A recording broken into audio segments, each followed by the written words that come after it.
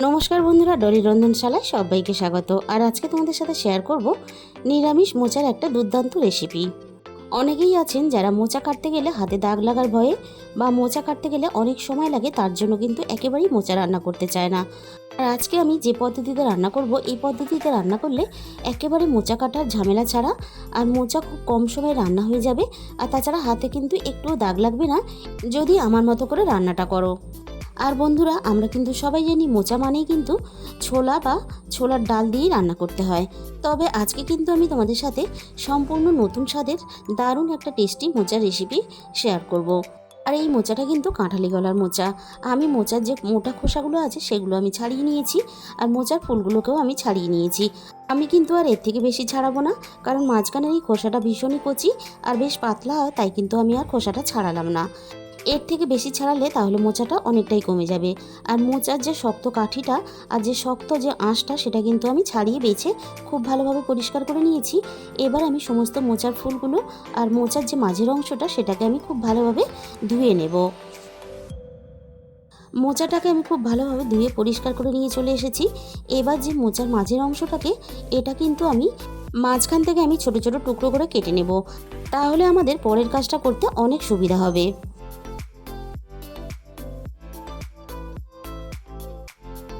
আর এই মোচার মাঝের অংশটা আমার কাজের সুবিধার জন্য আমি 4 টুকরো করে কেটে নিলাম। আমি এখানে প্রেসার কুকার নিয়ে নিয়েছি। এবার প্রেসার কুকারের মধ্যে অল্প পরিমাণ জল দিয়ে দিলাম। এবার আমি সামান্য পরিমাণ জলের মধ্যে হলুদ গুঁড়ো দিয়ে দিলাম, আর সাথে আমি সামান্য অল্প একটু লবণ দিয়ে দিলাম। এবার আমি মোচাটাকে প্রেসার কুকারের মধ্যে দিয়ে দেবো।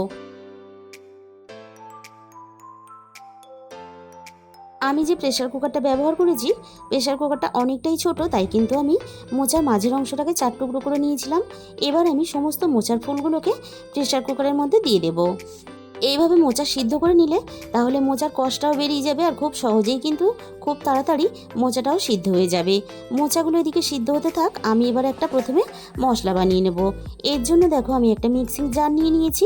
মিক্সির জারের মধ্যে আমি প্রথমে দিয়ে দিলাম 1 চামচ পরিমাণ হলুদ সর্ষে, আর সাথে আমি দিয়ে দিলাম হাফ চামচেরও কম কালো সর্ষে। এখানে কালো সর্ষের থেকে হলুদ সর্ষেটা বেশি ব্যবহার করতে হবে।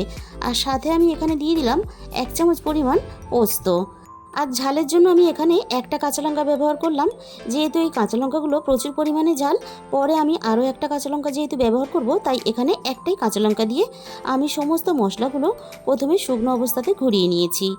আর এই মশলার সাথে যেহেতু আমি আরও একটা উপকরণ ব্যবহার করব, তাই এইভাবে সর্ষে পোস্তটা আগে যদি পেস্ট করে না নেওয়া হয়, তাহলে কিন্তু পরে সর্ষে পোস্তটাকে খুব ভালোভাবে পেস্ট করা যাবে না। এবার আমি সর্ষে পোস্তর সাথে দিয়ে দেব ছোটো বাটির 1 বাটি পরিমাণ কোরানো নারকেল, আর এখানে দিয়ে দেব অল্প পরিমাণ জল। এবার আমি সব কিছু একসাথে খুব ভালোভাবে একটা মিহি পেস্ট বানিয়ে রেডি করে নিয়েছি। আর নারকেল পোস্ত সর্ষে কখনোই কিন্তু একসাথে বাটতে যাবে না, তাহলে কিন্তু সর্ষেটা খুব ভালোভাবে বাটা হবে না। এদিকে মোচাটাও খুব ভালোভাবে সিদ্ধ হয়ে গেছে।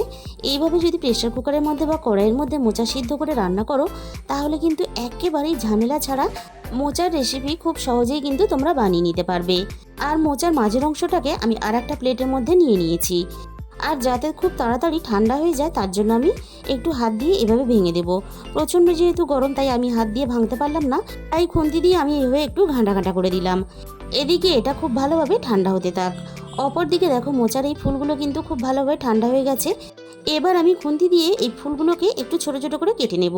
যেভাবে আমরা বটি দিয়ে মোচা কাটি, সেইভাবে ঠিক আমি খুন্তি দিয়ে ছোট ছোট করে কেটে নেব।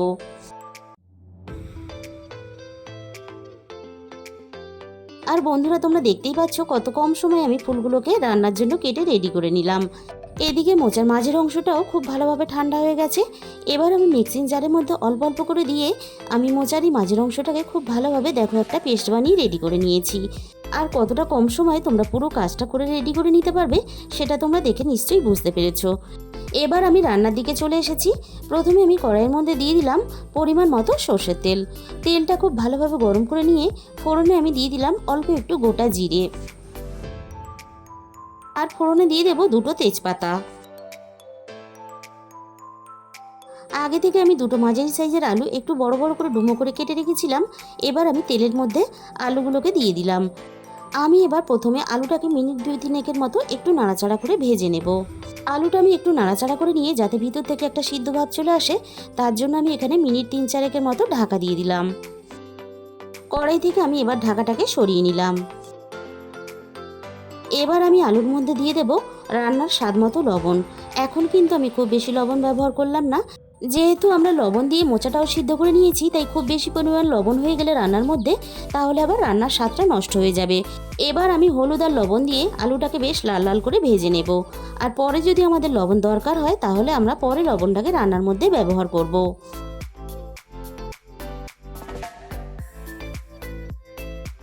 আলুটা আমি মিনিট 5 মতো নাড়াচাড়া করে খুব ভালোভাবে ভেজে নিয়েছি। এবার আমি এখানে দিয়ে দেব রান্নার প্রয়োজন মতো আদা বাটা, আর সাথে আমি দিয়ে দিলাম ঝালের জন্য আরও একটা চেরা কাঁচা লঙ্কা। আর আমি কিন্তু এখানে আদাটাকে গ্রেট করে দিয়েছি। এবার আমি আদা আর কাঁচা লঙ্কাটা মিনিট 2-3 মতন একটু নাড়াচাড়া করে আলুর সাথে ভেজে নেব, এতে আদার কাঁচা গন্ধটা চলে যাবে। আর এখানে দিয়ে দেব অল্প একটু কাজু আর কিশমিশ। আমি এখানে কাজু আর কিশমিশটাকে ছোট ছোট করে কেটে নিয়েছিলাম। অল্প একটু কাজু কিশমিশ দিয়ে রান্নাটা করলে, খাওয়ার সময় মুখের মধ্যে পড়লে তাহলে খেতে বেশ ভালো লাগে। কাজু কিশমিশটা আমি আলুর সাথে মিনিট খানেকের মতো নাড়াচাড়া করে একটু ভেজে নিলাম। এবার আমি এখানে দিয়ে দিলাম অল্প পরিমাণ জল। এবার আমি রান্নার মধ্যে একে একে গুঁড়ো মশলাগুলো দিয়ে দেব। প্রথমে আমি দিয়ে দিলাম 1 চামচ পরিমাণ হলুদ গুঁড়ো, সাথে আমি দিয়ে দিলাম 1 চামচ পরিমাণ জিরে গুঁড়ো, আর এখানে দিয়ে দেব 1/2 চামচ পরিমাণ ধনে গুঁড়ো। এবার আমি সমস্ত মশলা আলুর সাথে খুব ভালোভাবে নাড়াচাড়া করে একটু সময় নিয়ে কষিয়ে নেব। আলুর সাথে আমি মশলাটা খুব ভালোভাবে কষিয়ে নিয়েছি, আর মশলা থেকে সুন্দরভাবে কিন্তু তেলটাও ছাড়তে শুরু করে দিয়েছে।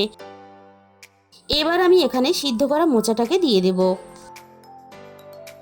মোচার ফুলগুলো আমি দিয়ে দিলাম, আর মোচার যে অংশটা আমি পেস্ট করে রেখেছিলাম সেটাও কিন্তু এখানে আমি দিয়ে দিলাম।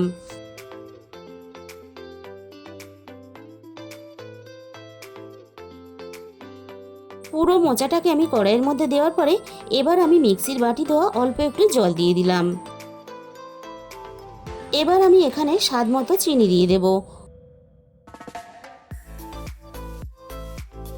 এবার আমি মোচাটাকে একটু সময় নিয়ে সব কিছুর সাথে নাড়াচাড়া করে খুব ভালোভাবে কষিয়ে নেব।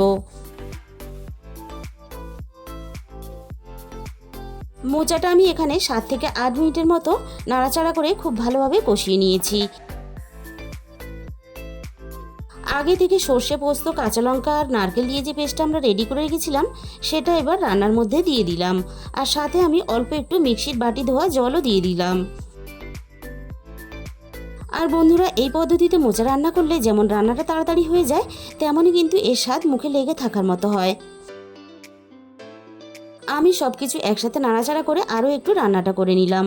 আর এইভাবে নাড়াচাড়া করতে করতে দেখো আলুগুলো প্রায় সিদ্ধ হয়ে এসেছে।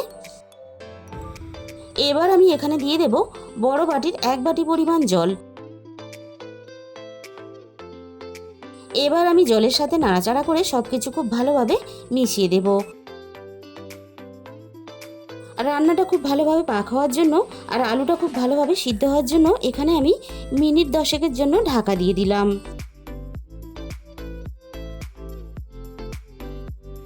10 মিনিট পরে আমি কড়াই থেকে ঢাকাটাকে সরিয়ে নিলাম।